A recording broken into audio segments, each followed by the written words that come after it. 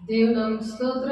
దేవుడు ఇచ్చిన మహాకృపను బట్టి దేవునికి అనేకమైన వందనాలు చెల్లిస్తూ ఈరోజు ఏం నేర్చుకుంటున్నామంటే, దేవుని స్వరం వినడానికి సిద్ధంగా ఉంటే ఆత్మ దీపమును వెలిగిస్తాడు అన్నమాట.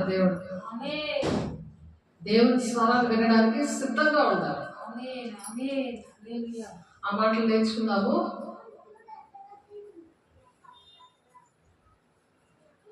దాని ముందుగా దేవుని ఆరాధిద్దాము. ఇప్పుడు అలా సిద్ధపడాలి అని అంటే, సిద్ధపడతాం అని అంటే ఏంటంటే,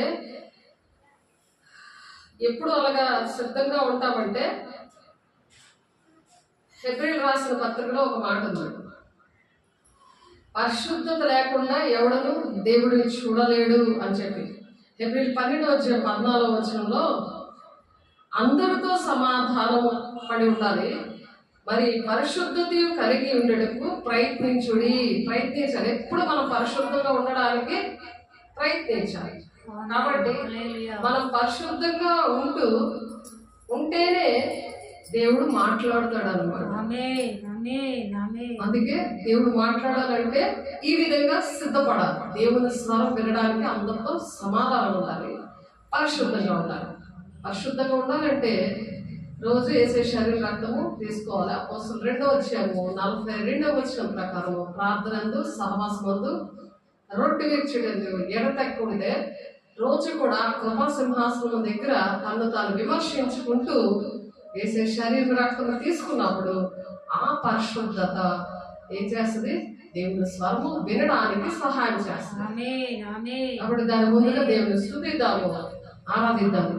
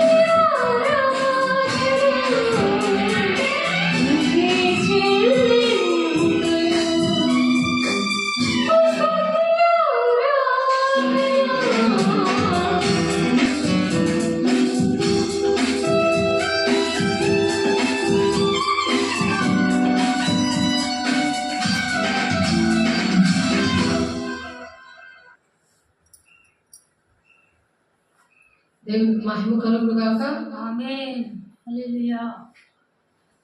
దేవుని స్వరం వినడానికి సిద్ధంగా ఉంటే ఆత్మ దీపమును వెలిగిస్తాడంట దేవుడు. ఆమేన్. దేవుడే వెలిగిస్తాడట. కాబట్టి ఆత్మ దీపమును వెలిగించాలి. మనం 3 గంటలకు లేచి ప్రార్థన చేసుకోవాలి.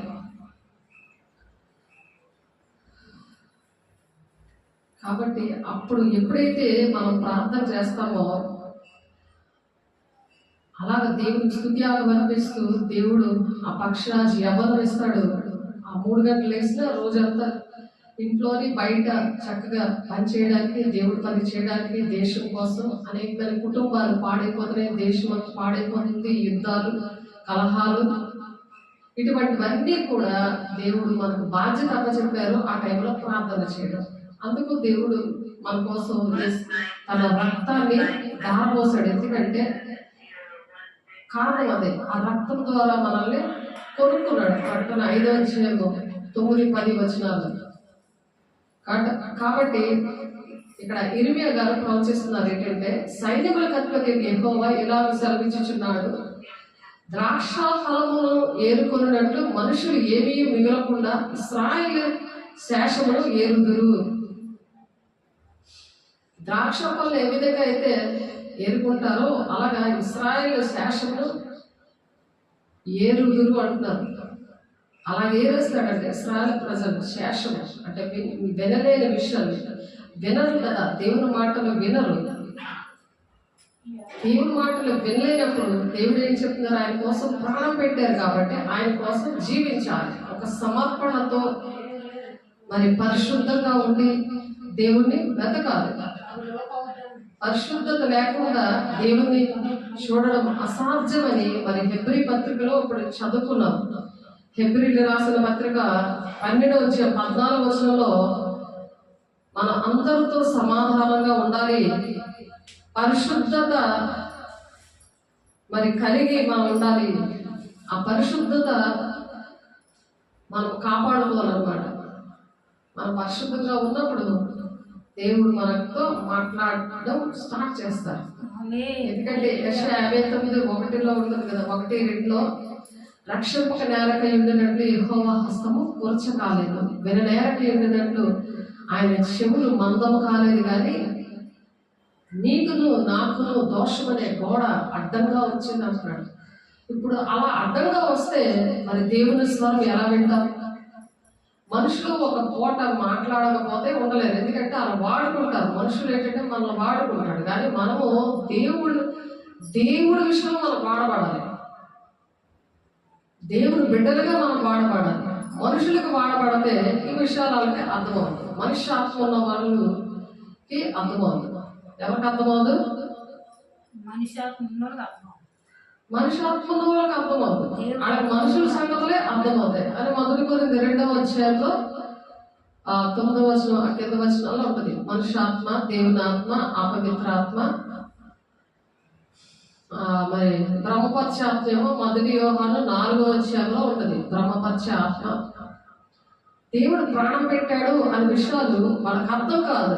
ప్రాణం పెట్టాడని ఏదో పూజ చేసినట్టు, దండ పెట్టినట్టు, ఏదో ఏడు చేసినట్టు అన్ని జనులాగా దేవుడు నమ్ముకున్న వాళ్ళు కూడా అలాగ చేస్తే దేవుడు చాలా దుఃఖపడి అటువంటి వారి విషయంలో దేవుడు బాధపడుతూ ఇర్మియా గారి ద్వారా దేవుడు మాట్లాడుతున్నారు. ఇప్పుడు నా ద్వారా మీతో ఎలాగైతే మాట్లాడుతున్నారో అలాగే ఇర్మియా గారి ద్వారా దేవుడు మాట్లాడుతున్నారు. నాతో ఈరోజు ఉదయం 3 నుండి మరి ఇప్పటి వరకు కూడా ప్రార్థన చేసినప్పుడు మరి కృపా సింహాసనం దగ్గర వేసే శరీర రక్తం తీసుకొని విమర్శించుకుంటూ ప్రార్థన చేసుకున్నప్పుడు దేవుడు ఇచ్చిన మాటలు నా ద్వారా ఆనాడు ఇర్మియా గారు ఎలా మాట్లాడుతున్నారో అలాగే నాకు ఆ ఇర్మియా గారు చనిపోయినా సరే మరి సాక్షిగా ఉన్నాడని ఆ భక్తుల విషయంలో హెబ్రీలు 11వ అధ్యాయంలో ఉంటుంది.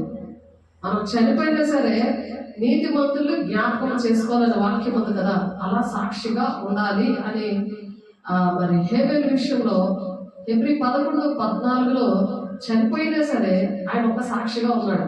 భక్తులందరూ కూడా అలాగే సాక్షిగా ఉన్నారు. కాబట్టి దేవుని ప్రణాళిక అది. మనం చనిపోయినా బ్రతికినా దేవుని సాక్షిగా ఉండాలి, దేవునికి మహిమకరంగా ఉండాలి, అలా బ్రతకాలి. అందుకని సైన్యములకు అధిపతి యెహోవా ఎలాగ సెలవిచ్చుచున్నాడు, ద్రాక్ష చెట్టు ఫలములు ఏరుకున్నట్లు, ద్రాక్ష చెట్టు ఫలములు ఎలాగైతే ఒక్కొక్కటి ఒకటి ఏరుకుంటామో అలాగే మనుషులు ఏమీ మిగలకుండా ఇశ్రాయేలు శాసనము ఏరుదరు. ఇశ్రాయేలు ప్రజలంట మనుషులు ఏమీ మిగలకుండా ఇశ్రాయేలు శాసనము ఏరుదురు. అలాగే ఏరుతారు. ద్రాక్ష పండ్లు ఏరుకున్నాడు. ద్రాక్ష పండ్లను ఏరువాడు చిన్న తీగలను ఏరుటకే తన చెయ్యి మరలా వేయినట్లు నీ చెయ్యి వెయ్యము. మరలా ద్రాక్ష పళ్ళు మరి ఆ చిన్న తీగలు ఏరుటకై తన చెయ్యి మరలా వేయినట్లు నీ చెయ్యి వెయ్యము అంటున్నాడు ఆయన.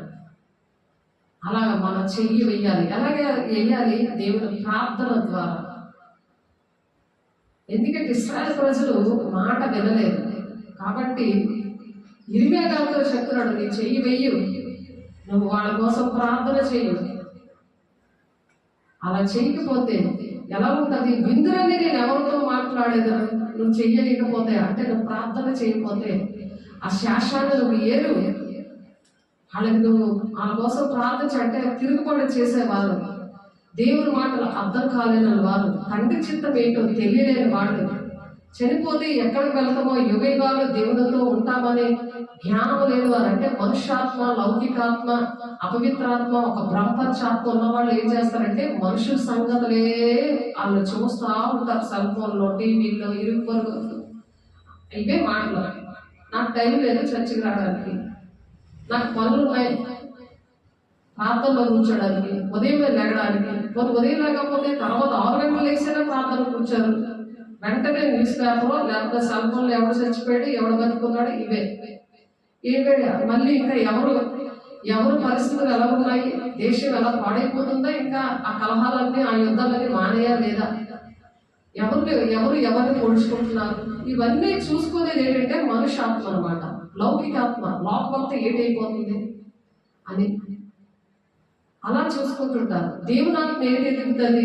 వాక్యమైన అర్థంలో చూసుకుంటారు. దేవా నీకు నాకు అడ్డుగోడగా ఏంటుంది అని ఆలోచిస్తూ దేవుని ఏం మాట్లాడాలనుకుంటున్నాడు, నన్ను ఏ విధంగా వాడుకోవాలనుకుంటున్నాడు, దేవుడి ప్రణాళిక, తండ్రి చిత్తాన్ని నెరవేరిస్తేనే నేను దేవుని నమ్ముకున్నా దేవుని రాజ్యానికి వెళ్ళను. కానీ ఆయన హృదయంలో నా విషయంలో ఏ బాధ ఉంది, నన్ను ఏ విధంగా వాడుకోవాలని ఇష్టపడుతున్నాడు ఆయన, ఎందుకు నన్ను పుట్టించాడు, నేను ఈ ప్రజలకి, నేను నా కుటుంబానికి, సంఘానికి, దేశానికి నేను ఏ విధంగా నేను ఉండాలి, సమాజానికి క్షేమకరంగా. మరి కృతజ్ఞత శాంతి మీటింగ్లని ఇప్పుడు పెట్టారు. ఇక్కడ ఒక కృతజ్ఞతతో ఒక శాంతిగా చెప్పేదన్నమాట దేవుడి మాటలు. శాంతిగా, సమాధానంగా, దేశమంతా శాంతిగా ఉండాలని, ప్రపంచమంతా శాంతి సమాధానాలతో ఉండాలని. శాంతి సమాధానం ఎక్కడ ఉంటుంది? దేవుడు ఎక్కడుంటే అక్కడ శాంతి సమాధానం ఉంటుంది. ఎక్కడైతే దేవుడు ఉంటాడో అటువంటి కుటుంబాలు, అటువంటి మనుషులు ఎక్కడైతే ఉంటారో అక్కడ దేవునికి కృతజ్ఞతాస్తుతులు చెల్లిస్తూ మీ విన్నపాలు తెలియచేయండి అని ఉంది. ఫిలిప్పీలు ముందు రోజు దేవుడు నాతో మాట్లాడారు ఆ విషయాలు.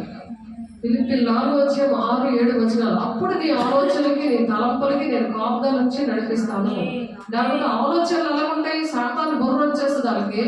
ఆ ఆలోచనలు ఏంటంటే మా ఇంట్లో వాళ్ళు తలుపుతూ ఉంటారు, నాకు వండేవా, నువ్వు ఎప్పుడు నుండి చర్చకు ఎప్పుడు వస్తావు ఇంటికి, ఎప్పుడు నాకు వండి పెడతావు, లేకపోతే నాకు అది కావాలి ఇది కావాలని డిస్టర్బెన్స్ అనమాట. ఫోన్లోని మరి తలంపుల ఇంట్లో నేను పొయ్యి మీద అది పెట్టాను ఏటైపోతుంది. లేకపోతే ఎవరో ఒకరు సాతాను ద్వారా ఫోన్లు రావడం, ఎవరో ఒకరు ఫోన్ చేయడం, అయ్యా నాతో దేవుడు మాట్లాడుతున్నారు, అప్పుడు నేను స్విచ్ ఆఫ్ చేసి అది నాకు దేవుడు కావాలి అని చెప్పి కూర్చోగలిగి ఉండాలి. ఆలోచనలు వచ్చేస్తాయి. ఆలోచనలు రాకుండా దేవుడు ఆలోచన ఏంటంటే వాళ్ళని ఎత్తకపోతే వాళ్ళు వచ్చి ఏ వల్ల చేస్తారో అనే ఆలోచన సాతాను ఆలోచన అన్నమాట. ముందుగానే ఏ పనులు ఉన్నాయో అవన్నీ కూడా నాకు ఈ టైం వరకు నాకు ఫోన్ చేయొద్దు, ఈ టైం నేను దేవుళ్ళు ఉంటాను, ఇంటి దగ్గర ఉన్నా నన్ను డిస్టర్బ్ చేయొద్దు అని చెప్పి ఏం చేయాలి? దేవుడికి లోపడాలి. సాతాను బుర్ర ఉంటే మనుషులకు లోపడతారు, మనుషాత్మ ఉంటే మనుషులకు లోపడతారు. లౌకికాత్మ అంటే నేను ఇప్పుడు ఈ రోజు పనికి వెళ్ళాలి, నాకు టైం అయిపోతుంది, నేను నా డ్యూటీకి వెళ్ళిపోవాలని ఇదే సాతాను కూడా ఆలోచన పెట్టేస్తాడు. ఆలోచన కాపుతారు ఉండదు, దేవుడు కాపుతారు వేస్తాడు. ఉంటాను పోయిందిలే, ఈ రోజు నేను వినకపోతే రేపు ఏదో శ్రమ వస్తుంది, నాకు ఏదో ఒక వేరే శ్రమ వస్తుంది, దేవుడు నాతో మాట్లాడుతున్నాడు అని భయముతో ఉంటారన్నమాట. ఎందుకు భయముతో ఉంటారంటే దేవుడంట యెహోవా తన పరిశుద్ధాలయంలో ఉన్నాడు. ఎక్కడున్నాడు ఆయన? చెప్పాలి. పరిశుద్ధ ఆలయం. పరిశుద్ధాలయం అంటే ఏంటి? దేవుని ఆలయమే. దేవుని నీ దేహమే దేవునికి ఆలయం ఉన్నదని ఎరుగరా అని అంటున్నాడు కొరింథీ పత్రికలో. కాబట్టి పౌలు గారు చెప్తారు, నీ దేహము దేవునికి ఆలయమే ఉన్నదని నువ్వు ఎరుగవా అని. అప్పుడు నువ్వు సన్నిధికి వచ్చిన వాక్యం వింటావు, ఫోన్లో ఉండవు. ఎవడొచ్చేస్తాడో అని భయమేది. ఆ భయం ఎందుకు ఆవరిస్తుందంటే నీ ఆలోచనలన్నీ సాతానుగాడు బొర్ర వచ్చేసింది కాబట్టి ఆలోచనలు అలాగ పెట్టేశాడు. కాబట్టి ఇంటి దగ్గరే సిద్ధపడి రావాలి. ఎక్కడికైనా మనం వెళ్ళినప్పుడు ఆలోచించండి, సిద్ధపడకుండా అలాగే పడుకున్నట్టే వచ్చేస్తారా? పడుకున్నట్టే ఎలా పడుకున్నారో అలా వచ్చేస్తారా? వస్తారా? ఎలా సిద్ధపడతారు? ప్రార్థన చేసుకుంటారు, స్నానం చేస్తారు, అన్ని చేసుకుంటారు. అలా నైట్ వచ్చారు కదా, ప్రార్థన చేసుకొని వస్తారు. అలాగే స్నానం చేసి చక్క పరిశుద్ధంగా ఉతికిన బట్టలు వేసుకుని, మాసిన బట్టలు కాదు, మాసిన బట్టలు వేసుకుంటే శరీరము ఆత్మ రెండు పరిశుద్ధంగా ఉండాలని వాక్యం చెప్తుంది. ఆ రెండు పరిశుద్ధంగా ఉంటేనే దేవుని స్వరం వినగలరు. ఎందుకంటే ఆయన పరిశుద్ధుడు, నీలాగా నాలాగా అపవిత్రుడు కాదు. మనం మనుషుల మీద ఉన్నాం కాబట్టి మనం మాటల్లో, చూపుల్లో, ప్రవర్తనలో ఎప్పుడో దగ్గర ఎంత పరిశుద్ధంగా ఉందామన్నా ఏదో ఒక పొరపాటు జరుగుతుంది. దేవుని మాట వినకుండా మనుషుల వైపు తిరిగి వాళ్ళంటే చూసుకోవడం, వాళ్ళు ఏమంటారో వాళ్ళకి భయపడిపోవడం, అది కాదు. ఆ జ్ఞానము దేవుడు ఇస్తాడంట. వాళ్ళ మీద దృష్టించి ఆలోచన చెప్తాడంట. నడవలసిన దేవుడే బోధిస్తాడు. ఎప్పుడు మన ప్రవర్తన అంతటి ఏంటి యెహోవా అధికారాలు ఒప్పుకోవాలి. సామెతలు 3:5-6 వచనాలు ఉంటుంది, నా పూర్ణ ప్రవర్తన అంతటి ఎందుకు యెహోవా అధికారానికి నేను ఒప్పుకుంటున్నానయ్యా. ఎందుకు ఒప్పుకుంటున్నాను? ఆ ఆలోచనలు, తలంపులు, ఉద్దేశాలు సాధారణంగా నిన్ను తరమకుండా, నిన్ను బలి చేసేయకుండా, దేవుడు మాట, దేవుని స్వరము వినకుండా చేయడానికి, దేవుడు ప్రణాళిక నీ పట్ల నెరవేర్చబడకుండా ఉండడానికి. అలా జీవితం అంతా కూడా వాడు అలా మిగేస్తాడు. మనుషుల్లో ఇంట్లోనే ఉంది, ఇంట్లో పిల్లల్లోనూ, మరి భర్త భార్యలోనూ అలాంటివన్నీ పెట్టేస్తాడు. అందుకని ప్రార్థన చేసుకోవాలి, త్వరగా పడుకోవాలి, త్వరగా లేగాలి. రాత్రి కూడా దేవా నన్ను త్వరగా లేకుండా అయ్యా, ఈ రోజంతా నన్ను కాపాడవయ్యా, నన్ను ఏ శోధన రాకుండా, ఎవరు నన్ను తరమకుండా, ఏ నిందల అవమానాలు నీకు నేను తేకుండా, నీకు మహిమకరంగా నన్ను ఈ రోజు వాడుకున్నావయ్యా. ఎక్కడికి వెళ్ళినా దేవుని మాటలు చెప్పగలుగుంటారు. ఎక్కడ వెళ్ళినా సరే నీ సాక్ష్యము, నీ అనుభవం చెప్పగలుగుంటారు. ఇప్పుడు నాకు 25 సంవత్సరాలు ఆత్మీయంగా దేవుడి ఈ విధంగా నన్ను పెంచుతున్నాడు. శారీరకంగా వయసు కాదని, ఆత్మానుసారం నువ్వు నూతనంగా జన్మించావా లేదా, ఆ జన్మే దేవుడి లెక్కలో వస్తుంది. లేకపోతే పసిపోతుల కింద లెక్కే. 80 సంవత్సరాలు వచ్చినా నోట్లో ఏలెట్టుకునే ఉంటున్నారు. ఎంత చెప్పినా వినట్లేదు. వాళ్ళకి దేవుడు మనుషులు బ్రతికున్నట్టు లెక్క ఉండదు. వాళ్ళు నువ్వు జీవిస్తున్నావా కానీ నువ్వు మృతుడనే అంటే నువ్వు చచ్చిపోయినోడు కింద లెక్క. దేవునికి పనికిరానోడు దేనికి పనికిరాడు. ఇంట్లో వాళ్ళకి పనికిరాడు, బయట ఉన్న సమాజానికి పనికిరాడు, దేశానికి పనికిరాడు, ఎవ్వరికి పనికిరాదు. ఇది దేవుడికి పనికిరాని వాళ్ళు దేనికి పనికిరారు. అన్నీ లాస్ అయిపోతుంటారు. అన్ని నష్టాలు, కష్టాలు, కన్నీరు, ఆయాసం, దుఃఖము ఇవే వస్తాయి. ఏ విషయంలో కూడా జయమేది ఉన్నది. ఎప్పుడైతే సృష్టికర్త అయిన దేవుడు భర్తగా ఉండి ఆయన నడిపిస్తాడో, ఆయన భర్తగా ఉండాలంటే మనం పరిశుద్ధంగా ఉండాలి, పరిశుద్ధాత్మని పొందుకోవాలి. పరిశుద్ధాత్మ దేవుడు నన్ను నడిపిస్తున్నాడా, లేకపోతే అపవిత్రాత్మ నన్ను నడిపిస్తుందా? అపవిత్రాత్మ ఏం చేస్తుంది? పరిశుద్ధంగా ఉండలేవదు. పరిశుద్ధమైన ఆలోచనలనే ఉండవు. దేవుడు ప్రణాళిక అనేది మర్చిపోతాం. దేవుడు ఒకటి చెప్తే అలా చేస్తాం. వారం రోజులైంది మరి దేవుడు మాట్లాడి ఆత్మీయ బిడ్డ విషయంలో మరి ఆ బిడ్డకి మరి కడుపుతో ఉంది, రేపో మాపో బిడ్డను కంటది. ఆమెకి తెలియదు, గర్విష్ఠులుగా అహంకారంలో ప్రవర్తిస్తుంది మధురిమ. మరి అలాంటప్పుడు మరి తల్లిగా చెప్పాలి. అలా లేట్ అయిపోయినందుకు దేవుడు పనిష్మెంట్, ఎవరైతే లేట్ చేశారో వాళ్ళకి పనిష్మెంట్ వస్తుంది. కాబట్టి దేవుడు మాటలు హబక్కు 2:2 ప్రకారం మాటలు రాసుకోవాలి. వాక్యం ఏంటి, కళ ఏంటి, దర్శనం ఏంటి, ప్రతిదీ రాసుకోవాలి. అది నిర్ణయ కాలంలో జరుగుతుంది. దేవుడు మంచి విషయాలు వాగ్దానాలు ఇస్తాడు. ఆ వాగ్దానం అనమాట, వాగ్దాన సంబంధమైన ఆశీర్వాదకరంగా ఇస్తాడు. ఇచ్చింది నెరవేర్చబడాలంటే పరిశుద్ధంగా ఉండాలి, వేగంగా లేసి ప్రార్థన చేయాలి. దేవునితో ఎంత టైం గడిపితే అంత బలంగా దేవుడు నిన్ను నడిపిస్తాడు, అంత బలంగా నడిపిస్తాడు. దేవునితో కాకుండా మనుషులతో పుట్టుకే తిని పడుకొని నాకు రెస్ట్ లేదు, నాకు ఇలా నాకు విశ్రాంతి లేదు, నేను ఇంకా చెయ్యలేను అని అంటే దేవుడు మాట్లాడుకోవాలి. ఎప్పుడు కూడా నేను ఉన్నాను, నేను రెడీగా ఉన్నాను ప్రభా, నాకు చెప్పండి ప్రభా అన్నట్టుగా ఉండాలి. దేవుడు శక్తి ఎలాగిస్తాడంటే పరిశుద్ధాత్మ దేవుడు దేవుని అస్తమాటికి అడుగుతున్నప్పుడు, దేవునితో గడుపుతున్నప్పుడు, ఆయన వాక్యము వింటున్నప్పుడు, ఆయన పాటలు వింటున్నప్పుడు, ఏమైనా తప్పులు ఉంటే వెంటనే ఒప్పుకుంటున్నప్పుడు వెంటనే ఆయన శక్తితో నింపుతాడు. ఆయన ప్రేమతో నీ ఒంటిలోకి వచ్చేస్తాడు. పక్కన ఉండి ఏడుస్తూ ఉంటాడు. నువ్వు ఎప్పుడైతే నేను చేయనని అంటావో ఆయన దుఃఖపడి ఏడ్చుకొని వెళ్ళిపోతాడు ఆ ఇంటిలోంచి కానీ ఆ ఒంటిలో నుంచి కానీ.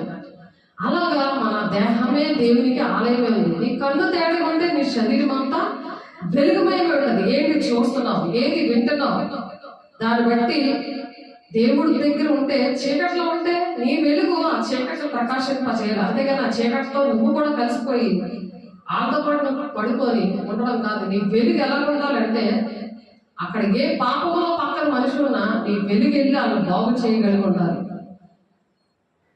ఈ వెలుగెళ్ళి అలా ప్రకాశింప చేయాలి. అందుకే లెమ్ము తేజనిల్లము వెలిగి వచ్చి ఉన్నది అని చెప్తున్నారు.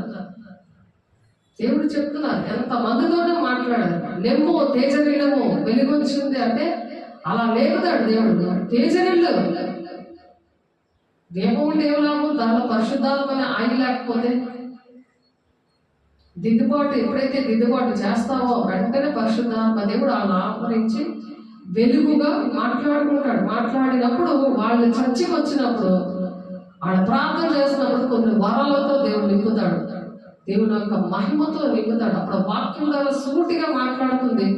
జీవితంలో వాళ్ళు మర్చిపోలేరు. అలా నేను వాక్యం మర్చిపోకుండా ఉండడానికి కారణం అది. ఆ వాక్యం అనే దేవుడే నా త్రోవలకు వెలుగు ఏంటి నడిపిస్తుంది. 119 కీర్తనలో ఉంది ఆ మాట. కాబట్టి అలాగా వాక్యం అనే దేవుడు మనకు వెలుగే నడిపించాలి.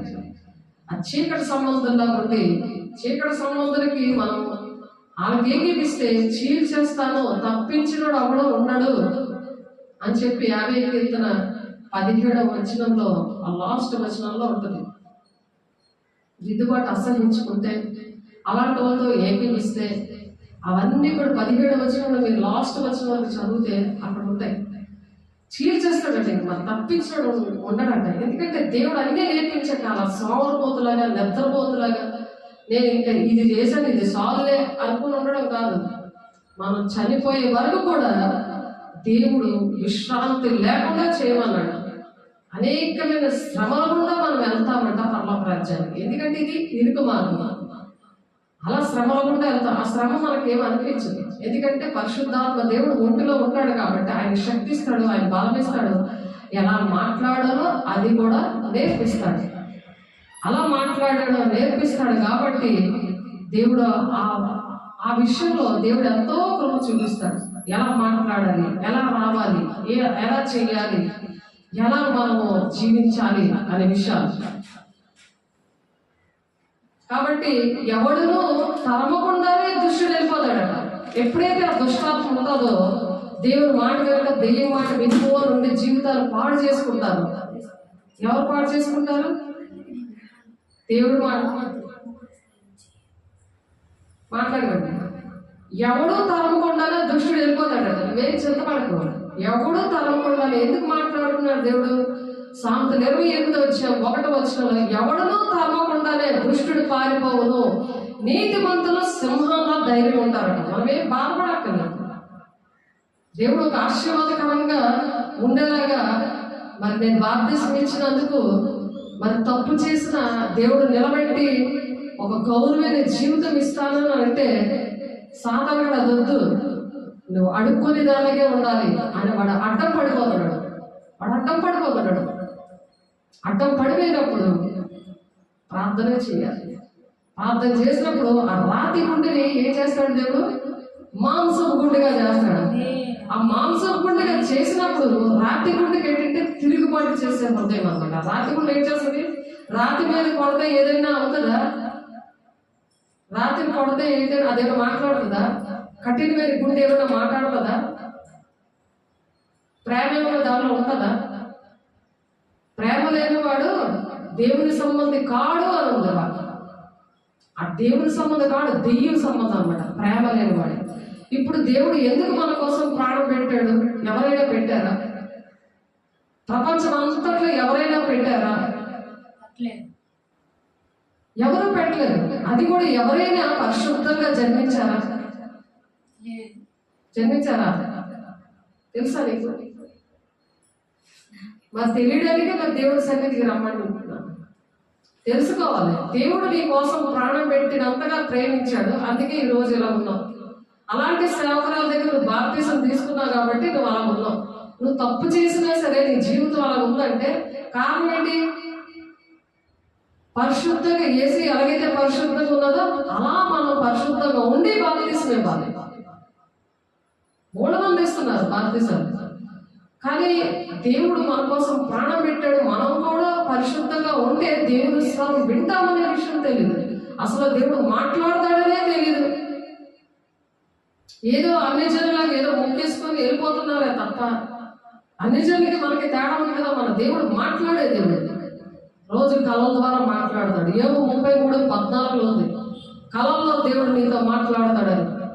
ఆ మాటలు దేవుడు ఎంత ఆశీర్వాదకరమైన మాటలు ఇచ్చినప్పుడు దేవుడి మాట వినకపోతే దానికి రివర్స్ అయిపోతాయి. ఒక రాణి బ్రతికిస్తాడని మధురిమకు చక్కగా దేవుడు చూపించాడు, కానీ అది వినకుండా సాతానుడు ఏం చేస్తాడు? సాతానుడికి ఇష్టమా ఒక రాణిలాగా చక్కగా ఉండి బ్రతుకు? సాతానుడికి ఇష్టమా? చెప్పు, ఇష్టమా లేదా? వాడికి ఇష్టం లేదు. వాడికి ఇష్టం లేనప్పుడు దేవుడు అంటే అసహ్యం వచ్చేలాగా నీ కోసం ప్రాణం పెట్టి ఆయన మాట వినకు. నువ్వు వెళ్ళకు చర్చికి, నువ్వు వినకు చర్చికి, సేవకుల మాట వినకు, తల్లి మాట వినకు, దేవుడి మాటల్ని అసహ్యం వచ్చేలా చేసేస్తుంది. అదేంటంటే కఠినమైన హృదయం. కఠినంగా ఎందుకు తయారు అవుతుంది? ఆ గుండె ఎందుకు తయారు అవుతుంది? సాధారణంగా మనిషికి బుర్రలాగా ఉంటాడు. సాధారణంగా ఇక్కడ బుర్ర ఉంటాడు, లేకపోతే దేవుడు ఉంటాడు. దేవుడు ఉన్నాడు అనుకో ఇక్కడ బుర్రలాగా. ఆయన శిరస్సుగా మనకు ఉన్నాడు అనుకో. సృష్టికర్త అనే దేవుడే భర్త ఉన్నాడు అనుకుంది కదా వాక్యం యెషయా 54:1. ఆ సృష్టికర్త అయిన దేవుడు నీకు భర్తగా ఉన్నాడు. భర్త అంటే ఏంటంటే నిన్ను భరిస్తాడు. నువ్వు కష్టంలో ఉన్నావా? నిన్నెవరు పెంచకుండా నువ్వు అనాథగా ఉన్నావా? నువ్వు దిక్కుమాలిదారులాగా ఉన్నావా అని దేవుడికి తెలుసు. నీకు భర్త లేడు, నీకు ఎలాగ నీకు గౌరవం ఉంటుంది? భర్త లేకుండా నీ జీవితం పాడైపోయింది. అలాంటప్పుడు నీ జీవితం ఎలాగా? ఆ భర్త ఉంటేనే కదా నీకు విలువ ఉంటుంది, నీకు గౌరవం ఉంటుంది. ఆయన రారాజు. ఆ రారాజు దగ్గర రాణిలాగా ఉండే జీవితం అన్నమాట. దాన్నే సృష్టికర్త అయిన దేవుడు నీకు భర్త ఉన్నాడని దేవుడు మాట్లాడాడు. పోయిన మెసేజ్లో, ముందు మెసేజ్లో నెహమ్యా గారి కోసం మన రాజేశ్వరి కోసం ప్రార్థన చేసినాడు. అలా కొడుకు ఏమయ్యాడు? కొడుకు అక్కడికి వెళ్ళిపోయాడు. చెడుపులు చిల్లాకులు పెట్టేశారు. ఎందుకంటే ఇలా లోక స్నేహం చేసి దేవుడితో స్నేహం చేయకుండా, దేవుని మాట వినకుండా చేసినందుకు ఏమైపోయాడు? సాతానుడు పట్టిపోయాడు. బాంబే తీసుకెళ్ళిపోయాడు, మరి హైదరాబాద్ తీసుకెళ్ళిపోయాడు, చెన్నై తీసుకెళ్ళిపోయాడు. వాళ్ళకి డబ్బులు ఇచ్చాడు. వాళ్ళ ఫ్రెండ్స్ అందరూ ఏంటంటే పాటు చేస్తారు శుభ్రంగా. యవ్వన కాలం అందే దేవుని కాడి పోయేట మేలుకరం అనుంది వాక్యం. దేవుని కాడంటే ఏంటి? యవ్వన కాలంలో పరిశుద్ధంగా ఉండాలి, పాపం చేయకూడదు. పాపం చేసినప్పుడు జీతం ఏంటి? మరణం. ఆ పిల్లలకు కూడా 1000 తరాల వరకు దీవెన దగ్గర దేవుడే శిరస్సుగా ఉంటే 1000 తరాల వరకు దీవెన ఉంది. నిర్గమకాండంలోని 3వ అధ్యాయం 20వ వచనంలో. అది దేవుడి మాట. దేవుడు ఏదంటే అది చేస్తాడు. వినకపోతే 3-4 తరాల వరకు తండ్రి దోషం కుమారుల మీద వచ్చేస్తుంది.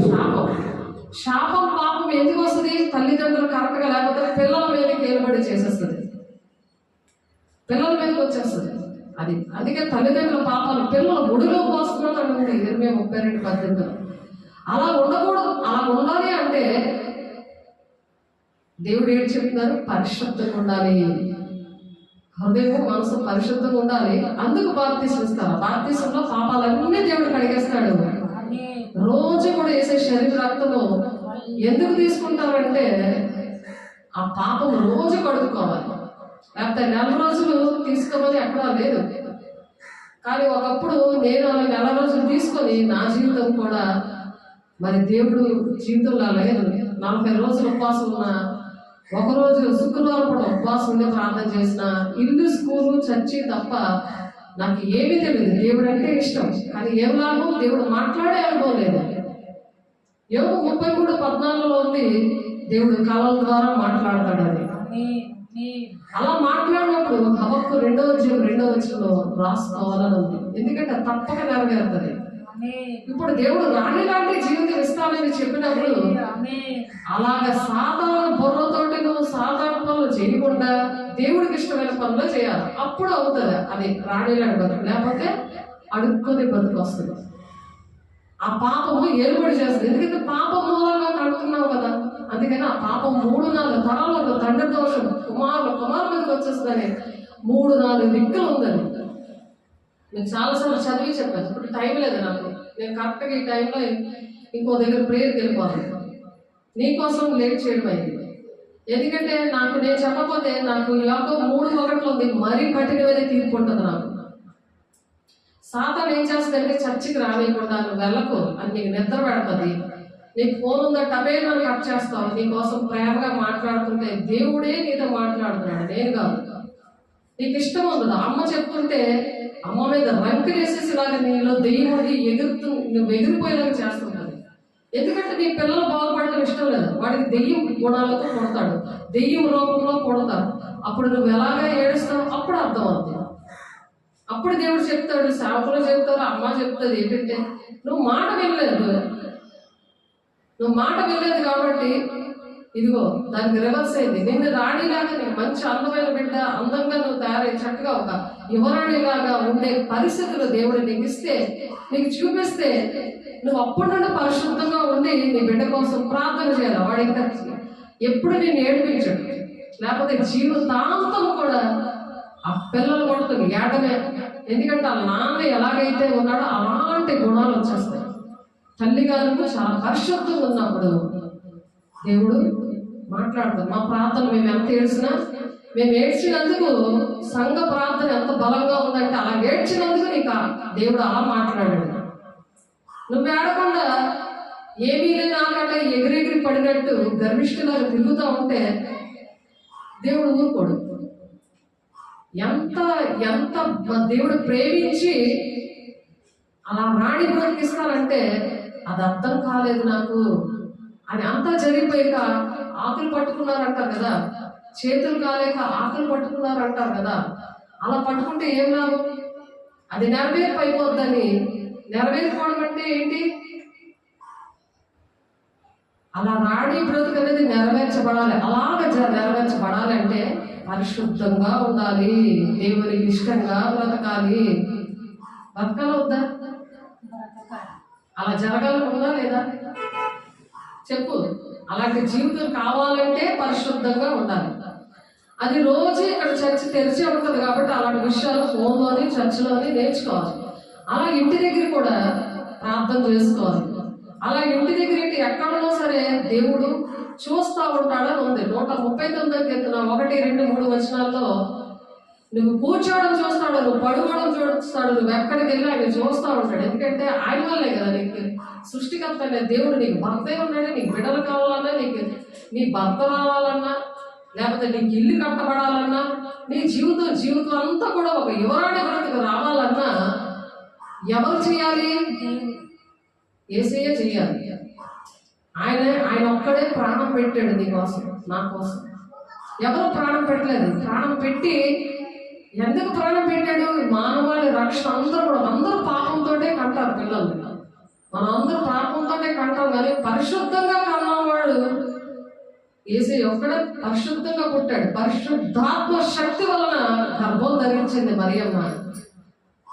అలా కన్నాడు. ఆ పరిశుద్ధ రక్తం ద్వారానే ఈ మానవాళ్ళందరికీ కూడా పాపక్షమం వస్తుంది. అర్థమవుతుందా?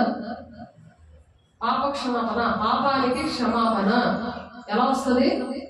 పరిశుద్ధ రక్తం ద్వారా. అందుకు ఆయన ప్రాణం పెట్టాడు.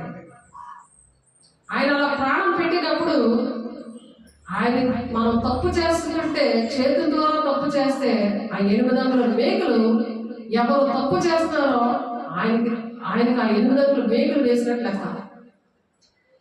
ఎవరైతే ఆ చెడు తలంపులతో సాతాను ఇష్టమైన మాట్లాడుతుంటారో, అబద్ధాలు ఆడడం, మాయ చేయడం, దేవుని సన్నిధికి రానని చెప్పడం, వస్తానని చెప్పి రానని చెప్పడం, ఇలాంటివన్నీ కూడా సాతాను అలా మోసం చేస్తాడు. అబద్ధాలు చెప్పేది, మోసం చేసేది పాము అనమాట. ఆ పాముకి 2 నాలుగులు ఉంటాయి. అది లోపల కపటం పెట్టుకుంటుంది, లోపల తిట్టుకుంటుంటది. దేవుని బిడ్డల్ని తిట్టుకుంటుంటది లోపల. అది పాము. ఆ పాము అనేది మనిషిలో ఉందనుకో, ఆయన లోపల ఇష్టం లేకుండా బయటికి నటిస్తూ ఉంటారన్నమాట. దాన్ని మోసం చేయడం అంటారు. అది ఆదాము హవ్వని అలాగే మోసం చేసింది. హవ్వని మోసం చేసింది కదా. యేసే రోజు మాట్లాడుతూ ఉండేవాడు, ఎప్పుడైతే నువ్వు తినవద్దన్న పండు తినద్దు మీరు అని దేవుడు చెప్తే, ఆ యువరాణి బ్రతుకు కష్టపడకుండానే ఒక పరలోక రాజ్యం లాంటి ఏదేను వనంలో యేసే పెడితే అది కష్టపడక్కర్లేదు. అలా దేవుడు రోజు వచ్చి ముఖాముఖిగా మాట్లాడేవాడు. ఈ మధ్యలో యేసే దేవునితోనే ఉంటున్నట్టు యాక్టింగ్ చేసి అటు దెయ్యంతో కూడా స్నేహం చేసింది హవ్వ. అలాగా చచ్చి దాటాక సాతాను పనులు చేశారనుకో, మాయ మాటలు, అబద్ధాల మాటలు, మోసం చేసే మాటలు, దేవుడితో మనుషులతో చేస్తే వెంటనే ఆ పాము మనసు వస్తుంది. పాము ఒంట్లో దూరి పాము పిల్లల కంటే బాగుంటుందా, దేవుడి బిడ్డల కంటే బాగుంటుందా? పాము పిల్ల ఏం చేస్తుంది? ఎప్పుడైనా కాటేస్తుంది. అంటే నువ్వు పెంచి పాలిచ్చి పెంచినా నిన్ను చూడదు, నీ మాట వినదు. అది ఎప్పుడైనా నీకు మోసం చేస్తుంది, ఎప్పుడైనా నీకు కాటేస్తుంది. ఇప్పుడు తల్లిదండ్రులు ఎందుకు కొడుతున్నారు పిల్లలు? తల్లిదండ్రులు చెప్పకుండా వ్యభిచారం ఎందుకు చేస్తున్నారు?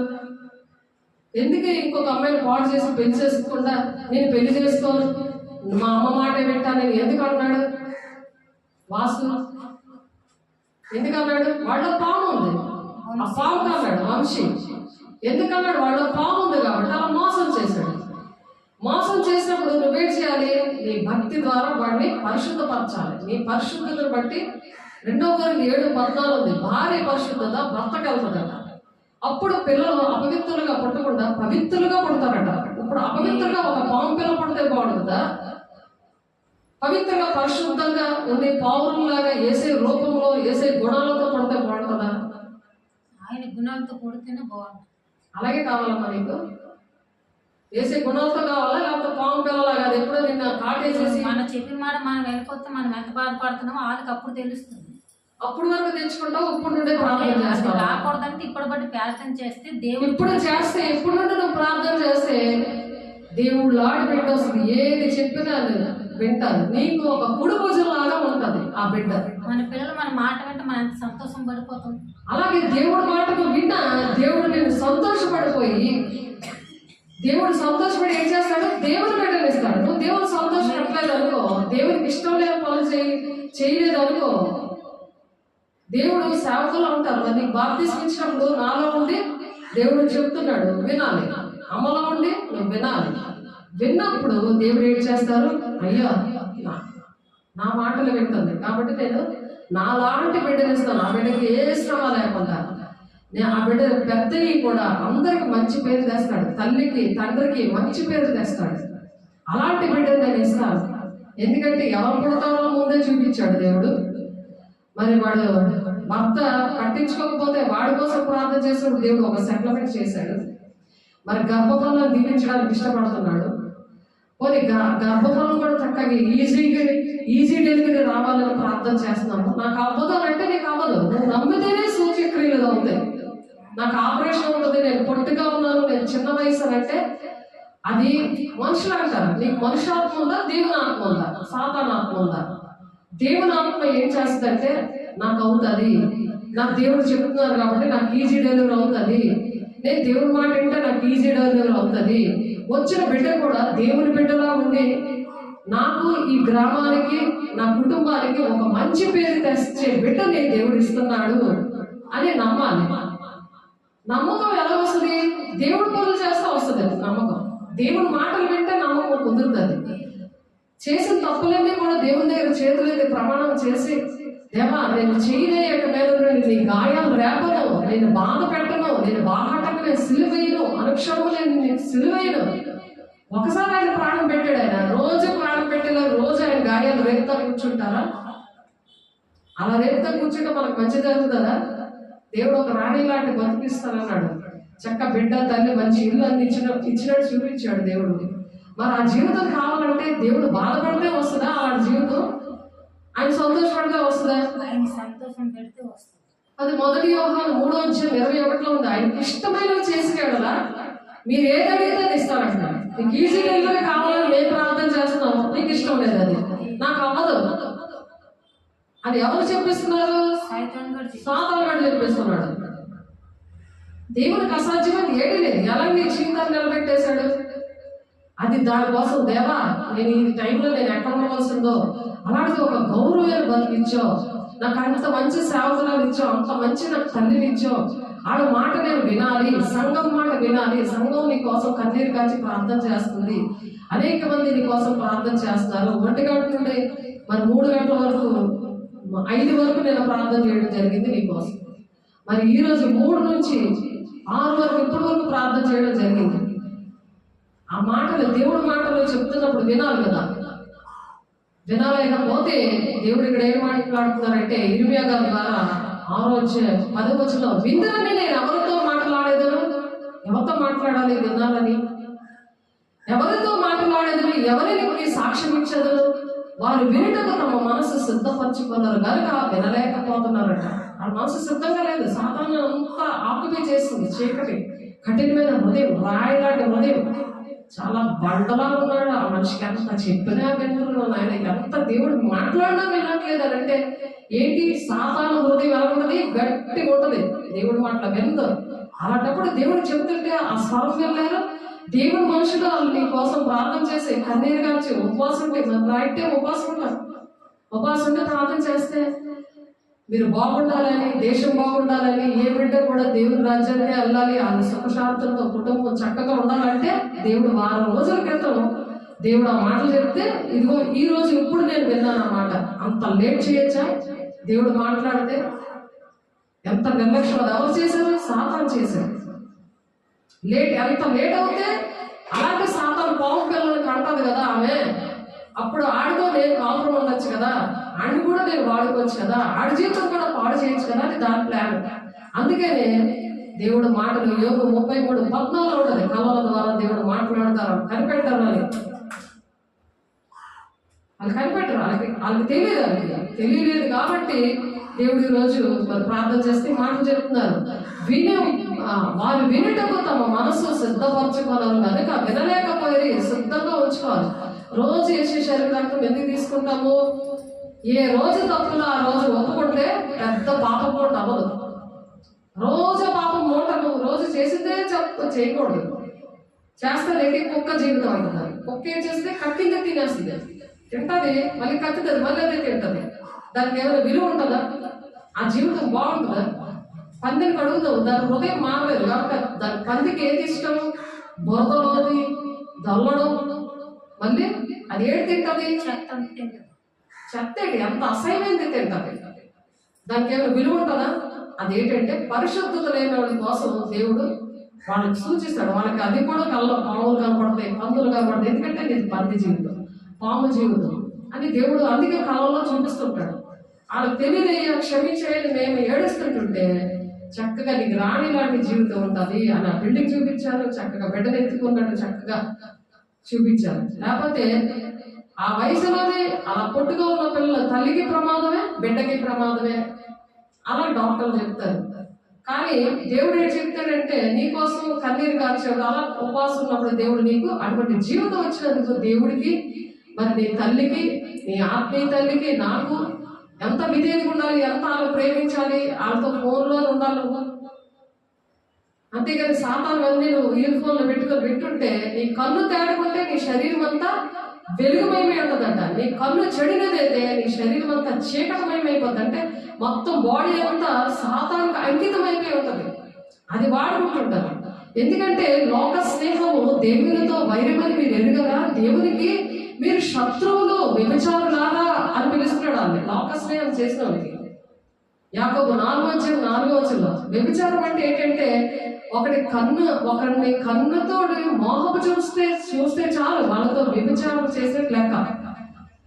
అది దేవుని లెక్కలో. మనం దేవుని లెక్కలో కరెక్ట్ గా ఉండాలి.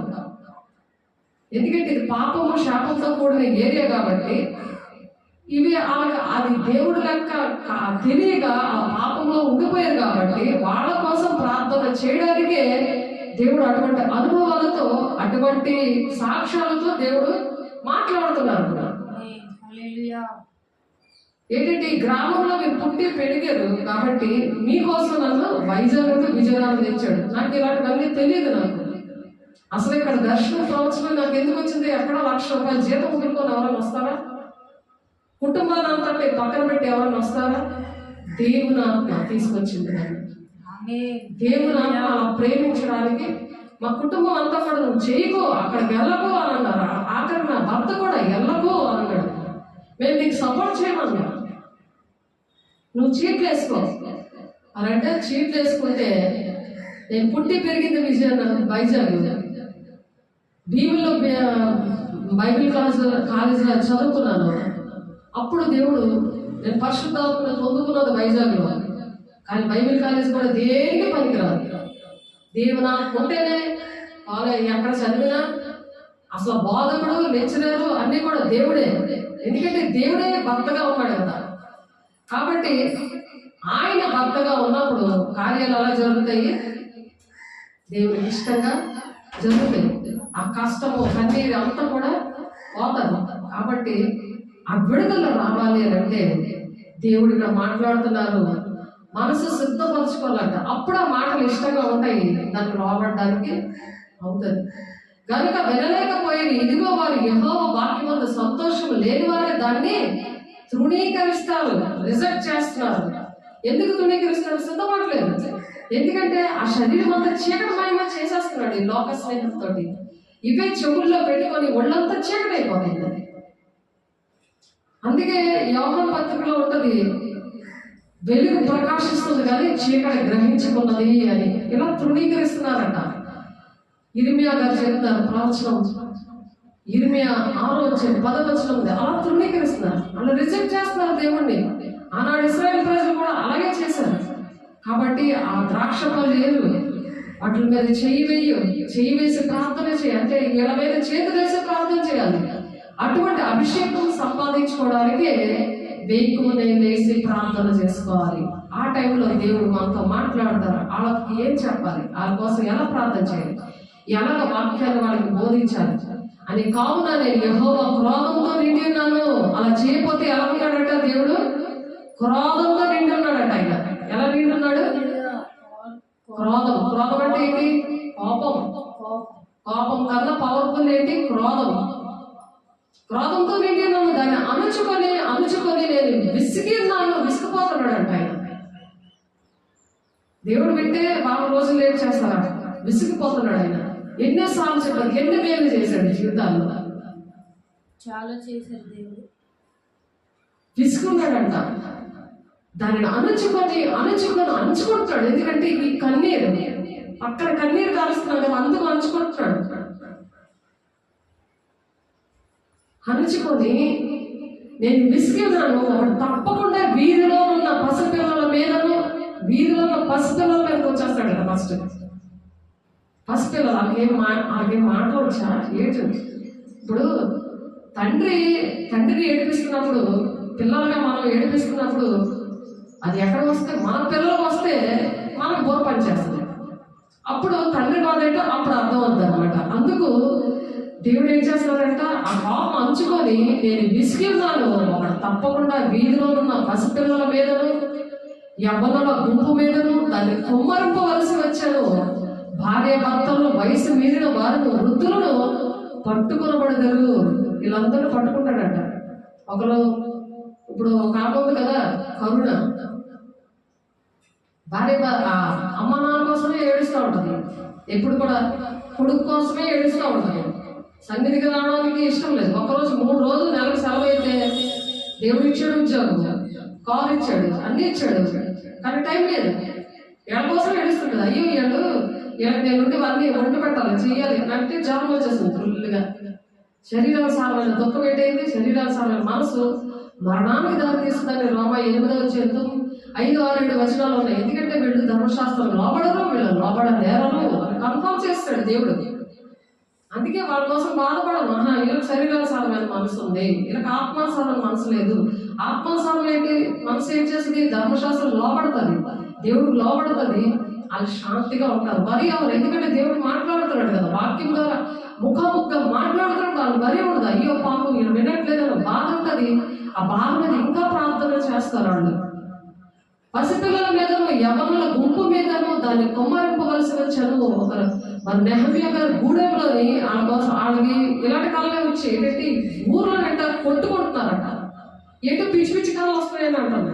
ఇరుగు పొరుగుళ్ళు ఏంటంటే ఎంగిళ్ళు తెచ్చి మొఖం మీద వేసారట, ఒంటి మీద వేసారట. చుట్టాలు వచ్చిన వాళ్ళు, చుట్టాలు ఆవిడ మీద. అలా ఆవిడకి ఆ కాలం వచ్చింది, ఈవిడికి ఈ కాలం వచ్చింది, ఇంకా వచ్చాయి ఇలా పిచ్చి పిచ్చి అన్నీ వచ్చాయండి అని నాకు చెప్పట్లేదు. మీరు ఏంటొచ్చి చెప్పండి, ఇదిగోండి దేవుడు మాట్లాడతాడు కదా. దేశం ఎందుకు పాడైపోతుంది, గ్రామం ఎందుకు పాడైపోతుంది, మనం ప్రార్థన చేయకపోతే. అందుకే సంపూర్ణమైన భక్తి కలిగి ఉంటే, మానవీయమైన భక్తి కలిగి ఉంటే అందరి కోసం ప్రార్థన చేయాలి. ఎందుకు చేయాలి, మనం నెమ్మదిగా సుఖంగా బ్రతకాలంటే. ఇప్పుడు అలా ప్రార్థన చేయకే కదా అలా కొట్టుకుంటున్నారు. పక్కింటి ఆవిడ వచ్చి పక్కింటికి వచ్చిన చుట్టాలు ఎంగిళ్ళు ఇలాగ వేసేసింది ఆవిడ మీద. ఏటన్నా ఇలా వేసామనంటే ఆవిడకి ఆ పశ్చాత్తాపం రాలేదు. కానీ ఆవిడతో పాటు ఇంకొకరు వచ్చారు చుట్టాలు. ఆవిడ చెబితే ఈవిడ బొర పనిచేస్తుంది. ఏమి నీకు బొరలేదు, అలాంటి పని చేయొచ్చు అనేసి వెంటనే పశ్చాత్తాపం రావాలి కదా, రాదాలి. ఎందుకంటే కఠినమైన గుండె, సాధారణ గుండె, దేవుడికి స్థానం లేని గుండె. దేవుడు ప్రాణం పెట్టాడంటే ఆయన బాహటంగా అనుక్షణం సిలిప్ చేసే గుండె. దైవజనం మీరు ఆలోచించండి. దేవుడు నమ్ముకున్నాం అనుకుంటున్నారు, కానీ దేవుడు మాట్లాడే అనుభవం లేకపోతే, దేవుని స్వరం వినడానికి సిద్ధంగా ఉండకపోతే దేవుడు మాట్లాడు. ఆ మాట్లాడేది కూడా ఇలాగే పిచ్చి కళలు అనుకుంటారు. దేవుడు కళల ద్వారా మాట్లాడతాడు, వాక్యం ద్వారా మాట్లాడతారు, సేవకుల ద్వారా మాట్లాడతారు, దర్శనం ద్వారా మాట్లాడతారు, భాషల ద్వారా మాట్లాడతారు, భాషలు అర్థం చేయడం ద్వారా మాట్లాడతాడు. మరి భాషలతో నేను మాట్లాడుతుంటే మరి దెయ్యాలు ఒక శ్రీరామంత హాస్పిటల్ ఆ నర్సుకి మీదకి వచ్చినప్పుడు మరి చుట్టుపక్కల ఉన్న వాళ్ళందరూ దెయ్యాలు వెళ్ళగొడుతుంటే వాళ్ళు భయపడుతున్నారని నేను భాషలతోనే ప్రార్థన చేస్తున్నాను. అది వెంటనే ఇస్తారన్న అమ్మాయికి, మాస్టర్ గారు మీరు దెయ్యాన్ని భాషలతో వెళ్ళగొడుతున్నారు అంది. చూడండి, దేవుడు అంత ప్రేమించి అలా భయపడుతున్నారని ఇక్కడ భాషలతో నేను మాట్లాడుతుంటే దాని అర్థం తెలుగులో చెప్తున్నాను. దేవుడు ఎంత ప్రేమిస్తున్నారో మనుషులుగా ఒకసారి ఆలోచించండి. ఏదో విధంగా పని జరుగుతుంది, ఏదో విధంగా కుటుంబాన్ని రక్షించాలి అని ఆశపడుతున్నాడు ఆయన. కాబట్టి పసిపిల్లల మీదను యవ్వనుల గుంపు మీదను దాన్ని కుమ్మరించవలసి వచ్చాను. వీధిలో ఉన్న పసిపిల్లల మీదంట యవ్వనుల గుంపు మీదను దాన్ని కుమ్మరింపవలసి వచ్చాను. భార్య భర్తలను, వయస్సు మీరిన వారును, వృద్ధులను పట్టుకొనబడెదరు. ఏంటి కుమ్మరిస్తున్నాడు అంటాడు? క్రోధం వచ్చి ఆ క్రోధాన్ని మళ్ళీ చదువుతున్నాను చూడండి. 26:11 కావున నేను యెహోవా క్రోధంతో నిండి ఉన్నాను. యెహోవా దేవుడు ఏంటంటున్నాడు? నేను క్రోధంతో నిండి ఉన్నాను, దానిని అణుచుకొని నేను విసిగి ఉన్నాను. ఒకడు తప్పకుండా వీధిలో ఉన్న పసిపిల్లల మీద ఒకడు వస్తాడట. ఒకడు సాతాను కంటే అపాయింట్ చేస్తాడు. ఒకడు వచ్చాట, ఒకటి తప్పకుండా వీధిలో ఉన్న పసిపిల్లల మీదనో ఎవరు గుంపు మీదనో దాన్ని కుమ్మరింపవలసి వచ్చాను. ఏది కుమ్మరిస్తాడు వాడు? క్రోధాన్ని కుమ్మరిస్తాడు, గూండాయిజం చేస్తాడు వాడు. భార్య భర్తలను, వయసు మీద వాళ్ళు, వృద్ధులను పట్టుకునబడతారు. వాళ్ళు పట్టుకుంటాడు ఆ టైంలో. ఎందుకు వస్తుంది అది? దేవుడు మాట వినక. మరి ఇక్కడ పౌరు గారి మీద కూడా అలాగే వచ్చారు. ఎందుకు? దేవుడు ఒకటి చెప్తుంటే ఒకటి చేసేవారు. వాళ్ళు ఇష్టం వచ్చిన ప్రాంతంలో ఇష్టం వచ్చినట్టు చేసేవారు, సేవల మాట వినకుండా. ఏమీ మిగలకుండా వారి ఇండ్లను, వారి పొలములను, వారి భార్యలను ఇతరులకు అప్పగింపబడుతుంది. ఈరోజు మరి ఛత్తీస్గఢ్లో 1వ తారీఖున ఇలా జరుగుతుందని అందరూ ప్రార్థనలు చేస్తున్నారు. అలా జరగడానికి కారణం ఏంటి? దేవుడే ఒక మనిషిని అపాయింట్ చేసుకుంటాడు. నువ్వు మాట వెళ్ళినప్పుడు నీకు బుద్ధి చెప్పించడానికి, బాధ వస్తే బోధ రావడానికి. మనం ప్రేమిస్తాము పిల్లల్ని. ఆ మాట వినకపోతే బుద్ధి ఎలాగోలాగా చెప్పిస్తామా? మన మాట వినకపోతే పక్కింటో ఎవరో ఒకరు దేవుడు బుద్ధి చెప్తాడు కదా. తల్లి వినదు. తల్లి పిల్లకి చక్కగా పాలు పెట్టి పెంచి చక్కగా మాట వినకపోతే తండ్రి చేత నీకు తండ్రిలో సాతాను దూరుతాడు. తండ్రి చెప్తాడు నీకు బోధ, దెబ్బలు, వాడి ఇంట్లో చెరుపు అంటాడు. ఎందుకు జరుగుతుంది అలాగా? ఏమీ మిగలకుండా వారి ఇంట్లో, వారి పొలములను, వారి భార్యలను ఇతరులకు అప్పగించబడతారట. చూడు ఎవరి వల్ల జరుగుతుంది ఇది? దేవుని మాట వెనక ఒక్కడిని దేవుడు ఏర్పాటు చేసుకుంటారు. నీకు బాధ వస్తుంది, నీకు బోధ అర్థం అవ్వాలని దేవుడు ఆ విధంగా నీ దేవుని రాజ్యానికి వెళ్ళాలని, నువ్వు సాతాను వల్ల నుంచి విడిపించబడాలని దేవుడు అలా చేస్తాడు. ఎందుకంటే ప్రేమిస్తేనే కదా కొడతారు. తండ్రి ఎందుకు కొడతాడు? ప్రేమిస్తేనే కదా కొడతాడు. తల్లి ప్రేమిస్తుంది, లేకపోతే తండ్రి ప్రేమిస్తే తల్లి కొడతాడు. బాల్యంలో సృష్టికర్తను స్మరణకు తెచ్చుకోమని చెప్పారు. ఎందుకు చెప్పారు? స్మరణకు ఎందుకు తెచ్చుకోవాలి? ఆడ పెద్దవాడే ఉంటే ఆడ తొలగిపోడు. చిన్నప్పటి నుండే పెంచాలి. అందుకే సమయాలు పాలు విడిచిన టైం నుండి వాళ్ళ అమ్మ చర్చలో పెట్టింది. అలాగా పసిపిల్లల దగ్గర నుండే దేవుడు అంటే ఎవరో నేర్పించాలి. తల్లిదండ్రులే దేవుడు లెక్క అడుగుతాడు. అందుకనే తల్లిదండ్రుల పాపాలు పిల్లల ఒడిలో పోస్తాను అన్నాడు. కారణం అదే. అలాగ జరగకుండా ఉండాలి అని మనం ప్రార్థన చేసుకొని సరి చేసుకోవడానికి కృపా సింహాసనం దగ్గర అటువంటి దిద్దుబాటు చేయాలి. ఏదో తీసేసుకోవడం కాదు. అటువంటివన్నీ ఒప్పుకొని తీసుకుంటే అది అలాగే దీవెనకరంగా ఉంటుంది. ఏమీ మిగలకుండా వారి ఇండ్లను, వారి పొలములను, వారి భార్యలు ఇతరులకు అప్పగించబడుదురు. దేశ నివాసుల మీద నేను నా చెయ్యి చాపుచున్నాను, ఇదే యెహోవా వాక్కు. అలా చెయ్యి చాపుతాడట దేవుడు. దేశ నివాసుల మీద దేవుడే చెయ్యి చాపుతాడు. అలాగ జరగడానికి ఆశీర్వాదం కావాలని, శాపం కావాలని దేవుడు చెప్తాడు. ద్వితీయోపదేశకాండంలో నిర్గమాకాండంలో ఆశీర్వాదం కాలం, శాపం కాలం దేవుడు పెడతాడు. మరి చదివితే బాగుపడతావా, లేకపోతే ఊరి మీద తిరుగుతామని తల్లిదండ్రులు ఎలాగంటారో అలాగే దేవుడు, తండ్రి అయిన దేవుడు కూడా తన సొంత కుమారుడినే మరి బలిగా అర్పించాడు. ఆయన 3వ దినమే లేచాడు. ఆయన అప్పుడు ఏ కోడిని కానీ, లేదా మేక పిల్లలు కానీ, పౌరు పిల్లలు కానీ బలి, వాళ్ళ పాపం తగ్గట్టుగా అలా బలి వేసేవారు. ఇప్పుడు ఆ బలి ఏం అవసరం లేదు. నీ హృదయమే విరిగి కలిగిన హృదయమే నాకు ఇష్టమైన బలి అంటున్నాడు ఆయన. నువ్వు ఏది బలి ఎక్కలేదు. ఎందుకో కారణం ఆయనే బలి అయిపోయాడు. అర్థమవుతుందా? అందుకే మీరు సెల్ ఫోన్లు కొనుక్కొని ఆ వాక్యం మీ పిల్లలకు వినిపించాలి. ఏడ్చి మొత్తుకోవడం కాదు. మీరు వింటే అనేక కుటుంబాలని రక్షిస్తారు. ఎంతమంది కుటుంబాలు రక్షిస్తే అన్ని పొడుగుతో జీవ కిరీటం దేవుడు పెడతానని మనం వాక్యం చెప్పుకున్నాం. కాబట్టి అందులో అల్పులేమి, ఘనులేమి వారందరూ మోసము చేసి దోచుకున్న వారు, ప్రవక్తలేమి, యాజకులేమి అందరూ వంచకులు అని ఉంది. పాస్టర్లు కూడా వంచకులు, మోసం చేస్తారు, జాగ్రత్త అని చెప్తున్నారు. నీతో దేవుడు మాట్లాడాలి. ఎవరు బోధను వినాలి అని వినాలి. ఎందుకంటే అపాయకరమైన కాలం వస్తుంది. మోసపుచ్చి దినాల్లో ఉన్నాం కాబట్టి ఏ ఆత్మ మీరు పరీక్షించుకోవడానికి ఉంది. 1 యోహాను 4:1 సమాధానం లేని సమయమున సమాధానము సమాధానం అని చెప్తారట ఆమె సమాధానం లేదు. సమాధానం ఎలా వస్తుందని చెప్తారు? ఏం పర్లేదు, మీరు దీవించబడతారు, మీకు సమాధానం ఉంటారు అని వాళ్ళు చెప్తారు. ఏంటంటే కరెక్ట్ గా చెప్పరు. నువ్వు ఇలా వింటే నీకు ఇలా జరుగుతుందని చెప్పరు. ఏమని చెప్తారంటే వాళ్ళు వంచకులు, ప్రవక్తలేమి, యాజకులేమి, అల్పులేమి, ఘనులేమి, వారందరూ మోసం చేసి దోచుకుంటారట. సమాధానం లేదు. సమాధానం అక్కడ లేదు. అసలు సమాధానం దేవుడి దగ్గర జాబ్ రాదు. ఎలా వస్తుంది? సరి చేసుకుంటే వస్తుంది. దేవుడు ఇచ్చిన వాగ్దానాలు నెరవేర్చబడాలంటే మీ వాగ్దానాలు నెరవేర్చబడతాయి అని చెప్పేస్తే అయిపోతుందా? సరి చేసుకుంటే అవుతుందా? దేవుడికి మనకు అడ్డుపడి తెలివించుకోవాలి, విధేయత చూపిస్తే వాగ్దానాలు నెరవేరాలి.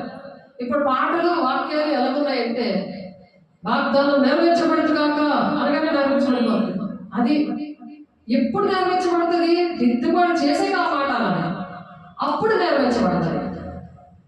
ఇప్పుడు దిద్దుబాటు నీకు అసహ్యం కదా, నా మాట వెనక త్రోసేస్తున్నావు, దొంగలు చూస్తే ఏకీపిస్తున్నావు, వ్యభిచారంతో సాంగత్యం చేస్తున్నావు అంటే లోకము దేవుడు ఉన్న ప్రవక్తలు సేవకుల్ని ఏకీపిస్తున్నారు. వాళ్ళు ఏం చేస్తారు? వాళ్ళ ఇంట్లో వాళ్ళే కావచ్చు, వాళ్ళు ఏ మతం కులమైనా కావచ్చు, దేవుడికి ఇష్టం లేకుండా పరిశుద్ధత లేకుండా మాట మాత్రం అంత మంచి పోలని అలాగ చెప్పకూడదు. మంచి పనులు చేస్తూ దేవుడితో సహవాసం చేస్తూ, అమ్మ నువ్వు ఇది సరి చేసుకో, అప్పుడు దేవుడు నేను జీవిస్తాడు. నువ్వు మంచి చేస్తే నీకు మంచి జరుగుతుంది, నువ్వు చెడు చేస్తే చెడు జరుగుతుంది. కాబట్టి నువ్వు మంచి విత్తనమే, అందరికి మేలు చేయి, అందరికి ఆశీర్వాదకరంగా ఉండు, దేవుడికి ఇష్టంగా ఉండు, అప్పుడు నీకు దేవుడు ఇచ్చిన వాగ్దానం అప్పుడు నెరవేరాలి. సమాధానం లేని సమయమున అక్కడ సమాధానం లేదు. అసలు దేవుడికి, ఆ మనుషులకి, ఆ కుటుంబానికి సమాధానం లేదు. సమాధానం లేకపోయినా దేవుడు నీకు ఇచ్చిన వాగ్దానాలన్నీ నెరవేర్చబడతామంటే అది అబద్ధమా లేకపోతే అది సత్యమా? అలా అబద్ధాలు చెప్పకూడదు. అది 14వ వచనంలో ఉంది. సమాధానము లేని సమయమున సమాధానం అని చెప్పచ్చు, నా ప్రజలకున్న గాయములు పైపైన మాత్రమే బాగు చేస్తారట. పైపైన వాళ్ళు ఎలా చెప్తారు? పైపైన అంటే దిద్దుబాటు లేకుండా నీ వాగ్దానం నెరవేర్చబడుతుంది. మీరు చెప్పండి, అందులో వాగ్దానాలు ఏమి నెరవేర్చబడదు కాక ఆమె చెప్పండి అని చెప్పిస్తారు. అంటే పైపైన బాగు చేస్తారు. ఇప్పుడు కాలంతో కుళ్ళిపోయింది. ఆ కుళ్ళిపోయిందంతా అదేంటది బయటికి క్లీన్ చేయాలి. లోపలంతా పస్సంతా తీసి చక్కగా యాంటీబయాటిక్స్ వేసి ఆ గాయాలంతా చక్కగా పరిశుద్ధంగా దాన్ని బాగు చేసి చక్కగా బ్యాండేజ్ వేయాలి. స్టెరిలైజ్డ్ బ్యాండేజ్ వాడాలి. అంతేగాని శుభ్రమైన లేకుండా నువ్వు బాగైపోతామా నీకు ఏ ఒక్క పెడితే ఏంటవుతుంది? మొన్న ఆవిడ అలాగే చేసింది. ఆకు తెచ్చిపెట్టింది, ఫుల్ కుళ్ళిపోయింది. నడలేను గోల. ఎక్కడైతే దేవుని దగ్గర క్షమించమని, ఆళ్ళ నిమిత్తం క్షమించమని అడిగి అక్కడ నుంచి అంత దూరం నుండి నడవడానికి కాలిపడానికి గోల పిండేసింది. సాధారణ కాలు పట్టుకుని పిండేసేవాడు. అలాంటి మనిషిని దిద్దుబాటు నేను చేసుకొని మరి నా ఆత్మీయ బిడ్డలు అలా సరి చేసుకుని తీసుకొచ్చాను చర్చికి. అప్పుడు ఇక్కడికి వచ్చాక ఇదిగో ఇలా జరిగింది, ఇక్కడ చక్కగా నడిచేసింది. చక్కగా దేవుడు చేశాడు, పాపక్షమం ఇచ్చాడు.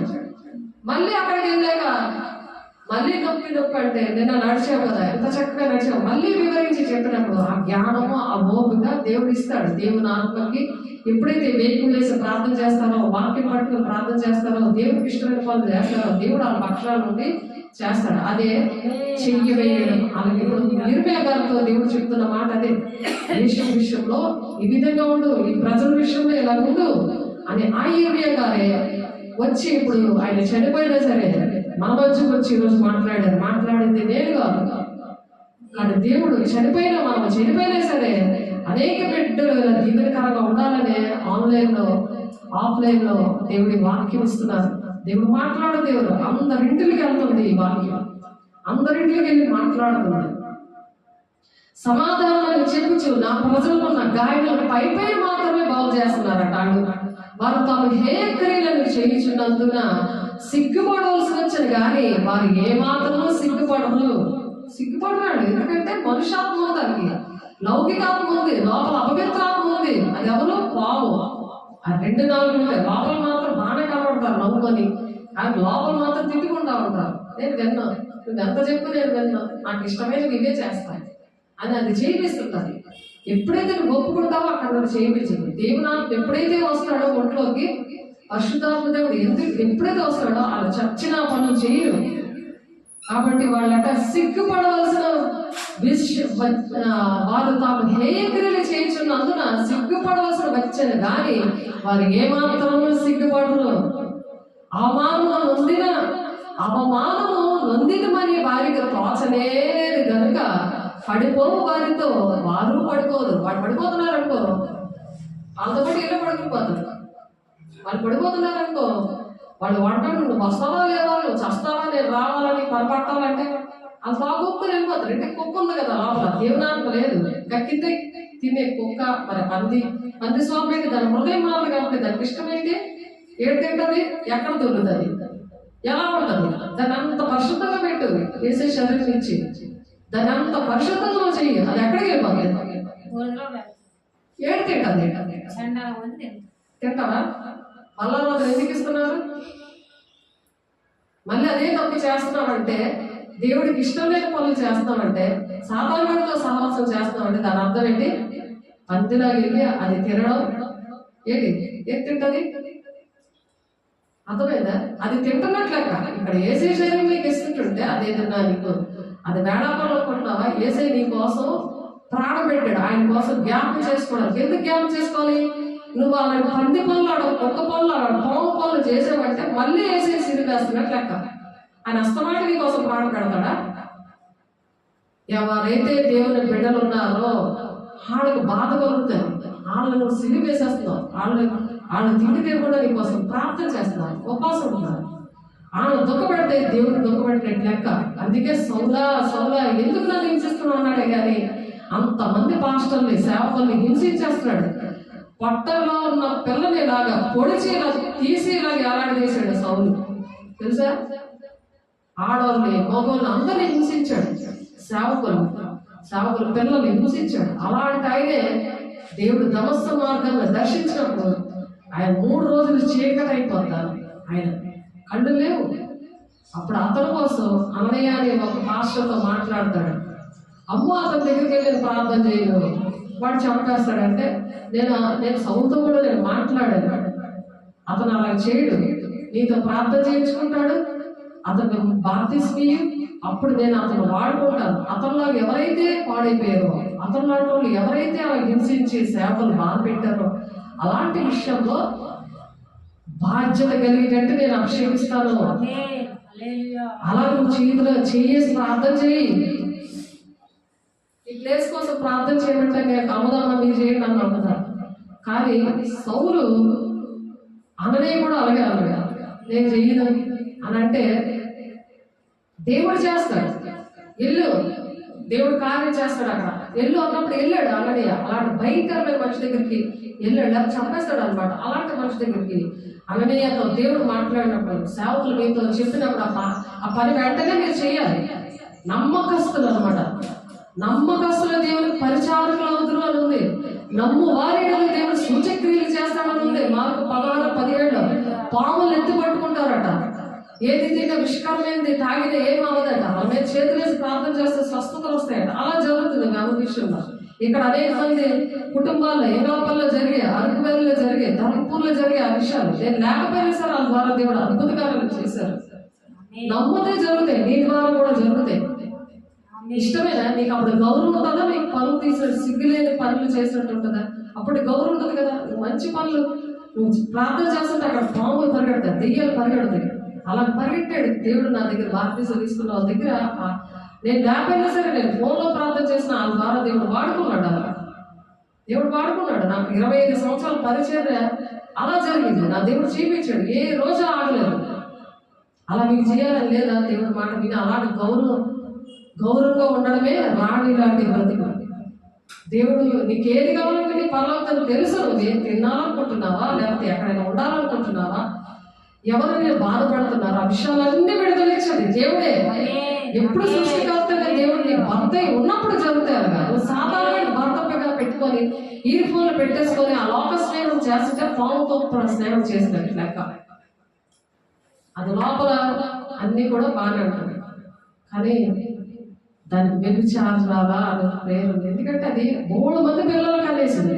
లోపలంతా 3 మంది వేగద అందరిలోకి దూరిపోయి సాతాను పిల్లలు 3 పిల్లలు కనేసింది. ఆ లోపల కళ్ళల్లో నుంచి వెళ్ళిపోతుంది, అది చెవుల్లో వెళ్ళిపోతుంది, దాని ఆత్మ వెళ్ళి మొత్తం చీకటిగా చేసేస్తుంది, బాడీ అంతా చీకటిగా చేస్తుంది. ఆ సాతాను పిల్లలు కంటుంది. అది ఎంతమంది కంటున్నారు అలా సాతాను పిల్లల్ని?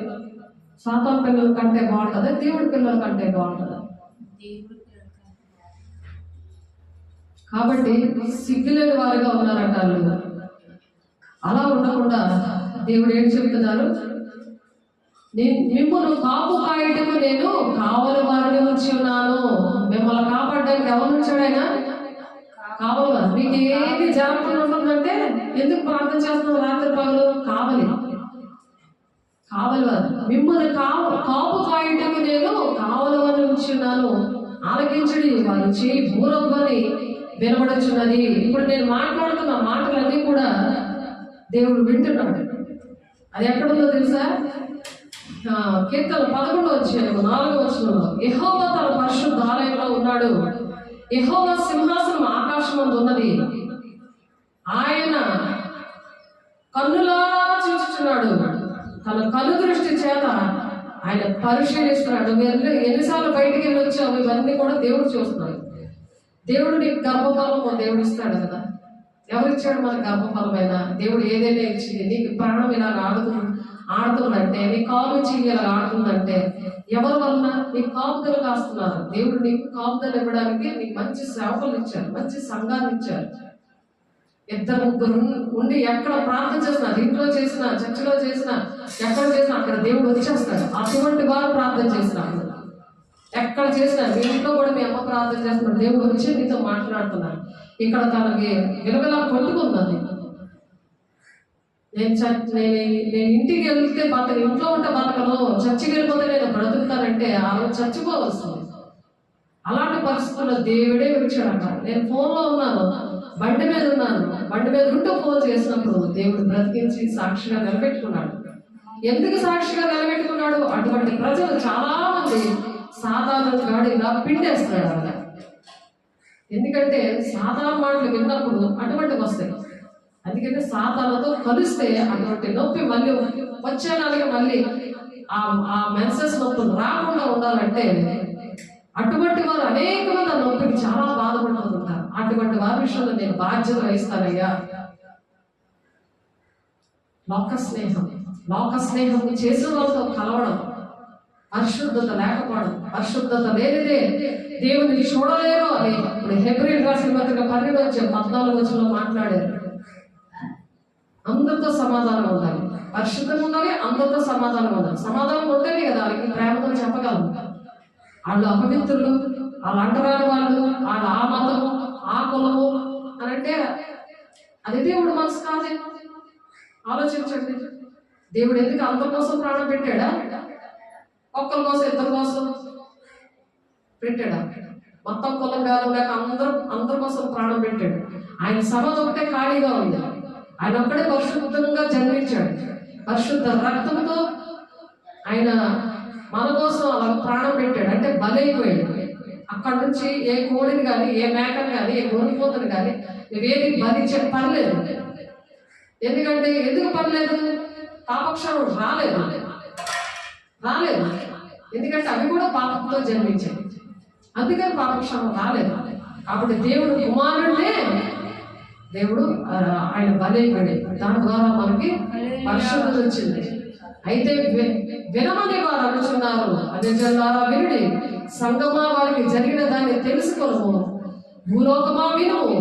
ఈ జనులు నా మాటలు వినుకున్నారు, నా ధర్మశాస్త్రం విసర్జించుచున్నారు కనుక తమ ఆలోచనకు ఫలితమైన కీడు నేను వారిని రప్పించుచున్నాను అని చెప్తారు. కీడు రాకుండా ఉండేది మనము చెప్పాలి. మనం అటువంటి పరిస్థితుల నుండి వచ్చాం కదా, మనకు కూడా తెలియదు కదా. ఒకప్పుడు మనకు కూడా తెలియదు కదా. నా భర్త పక్క ఇవన్నీ చేసిన అతనే, ఇటువంటి పాపంలో శాపంలో పడిపోయిన అతనే. నేను అలా ప్రార్థన చేసినప్పుడు దేవుడు ఈ ఊరిలోని 4-5 ఏరియాలు, అటువంటి ఏరియాలు ఎందుకు దేవుడు అన్నీ విడిచిపెట్టి నన్ను తీసుకొచ్చాడు. నేను లోపడినప్పుడే ఇవన్నీ నేర్పించాడు. నేను దేవుని దగ్గర ఆయన స్వరం విందామని కూర్చున్నప్పుడే నాకు వినిపించాడు. మరి మీలాగా ప్రతి ఒక్క కుటుంబం కూడా అలా అయిపోతే దేవుడు ఎక్కడా నాకు ఆ మరికట్టుగా తీర్పు ఉంటుంది, అందరి మధ్య కూడా మరికట్టుగా తీర్పు ఉండదని నాకు ఆ భయం మీదే నేను నాతో దేవుడు చెప్పిస్తున్నాడు.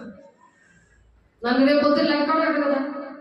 ఇప్పుడు విన్నా మీరు మీరు అలా నడవాలి, అటువంటి కుటుంబాలను రక్షించడానికి దేవుడు నా శక్తిని అడగాలి, ఇంట్లో అడగాలి, నైట్ టైం దేవుడి దగ్గర కూర్చోవాలి, తెల్లవారుజామునే దేవుడు మాట్లాడతారు. రెస్ట్ లేకపోయినా సరే ఏమనిపించదు, మామూలుగా ఉదయం వేసినట్టే అనిపిస్తుంది. నాకు అలాగే ఉంది. అదేంటది? దేవుని అభిషేకం, దేవుని ఆత్మ. ఏ ఆత్మ ఉందో పరీక్షించుకోండి. మనుష్యాత్మ, లౌకికాత్మ, బ్రహ్మపత్యాత్మ, అపవిత్రాత్మ ఉందనుకో కాళ్ళు మీకేస్తాయి, ఆకలి వేసేస్తుంది, ఇవేమీ ఇవ్వను. నేనే మీకు సజీవ సాక్ష్యం. అలాగే మీరు కూడా ఉండి అనేక బిడ్డలకు చెప్పాలని దేవుడు ఆశపడి చెప్తున్నారు. దేవుడి మాటలు దీవించిన గాక.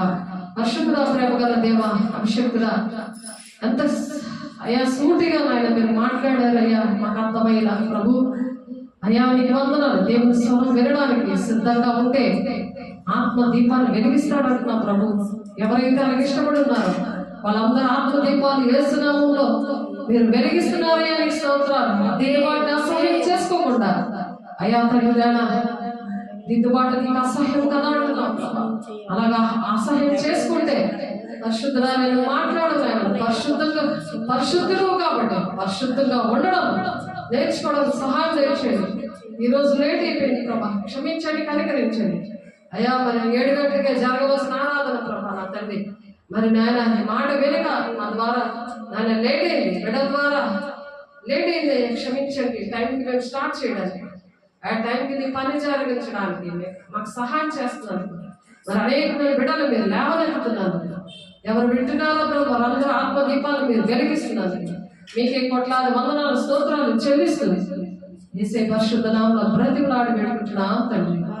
ఆమేన్. దేవుని వందనాలు. God bless you. దేవుడు మిమ్మల్ని దీవించి ఆశీర్వదించును గాక. ఆమేన్.